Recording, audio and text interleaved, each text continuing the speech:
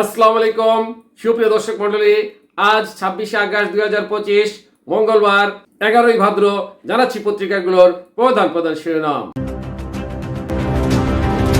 সর্বপ্রথম Ittefaq main heading করছে, এবার হাসনাতের ছাত্রলীগ সংযোগ নিয়ে রুমিনের পোস্ট, বললেন ফকিন্নির বাচ্চা।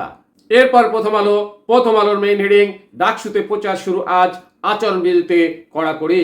নেক্সট যুগান্তর মেইন হেডিং করছে, দেশ যথেষ্ট স্থিতিশীল, নির্বাচনের জন্য প্রস্তুত।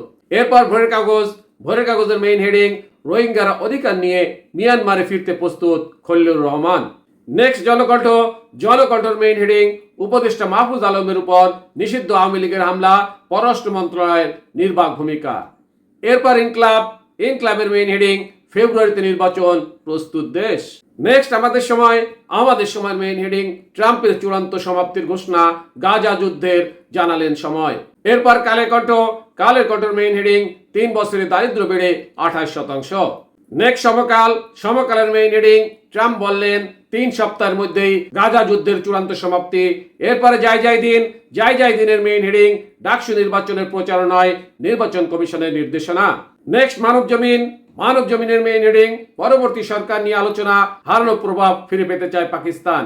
এরপর বিবিসি বাংলার মেইন হেডিং, প্রাণনাশের শঙ্কায় বিএনপি নেতা ফজলুর রহমান চাইলেন নিরাপত্তা।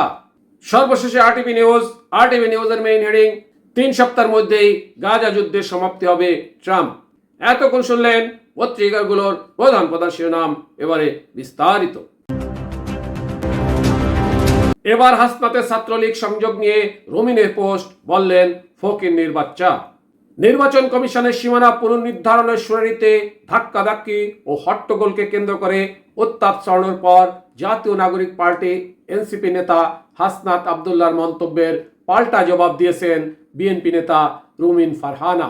বিএনপির সহ আন্তর্জাতিক বিষয়ক সম্পাদক রুমিন ফারহানাকে এনসিপি দক্ষিণাঞ্চলের মুখ্য সংগঠক হাসনাত আব্দুল্লাহ বিএনপির আওয়ামী লীগ বিষয়ক সম্পাদক আখ্যা দিয়ে আগের দিন রোববার বক্তব্য দেন।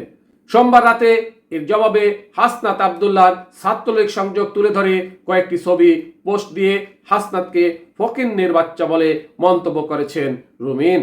ফেসবুক পেজে সোমবার রাতে এক পোস্টে এমন মন্তব্য করেন রুমিন। লেখেন, এটা ওই ফকিন্নির বাচ্চাটা না যে আমাকে আওয়ামী লীগ বিষয়ক সম্পাদক বলেছে। ওই পোস্টে রুমিন হাসনাতের একটি ছবি যুক্ত করেন, যেখানে দেখা যাচ্ছে সেই তো ধন্য যে ছাত্র জীবনে ছাত্রলীগের গর্বিত কর্মী হওয়ার সুযোগ পেয়েছেন। লেখা একটি দেয়াল লিখনের সামনে হাসনাত দাঁড়িয়ে আছেন।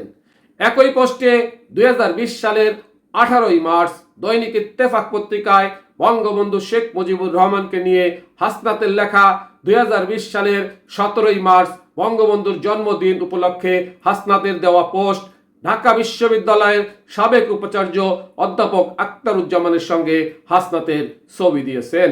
এছাড়া 2022 সালের 31শে জুলাই হাসনাতকে ছাত্রলীগের কেন্দ্রীয় কমিটিতে সহ সম্পাদক পদে মনোনয়ন চিঠি দেওয়ার দাবি করে আরেকটি ছবি যুক্ত করেছেন রুমিন।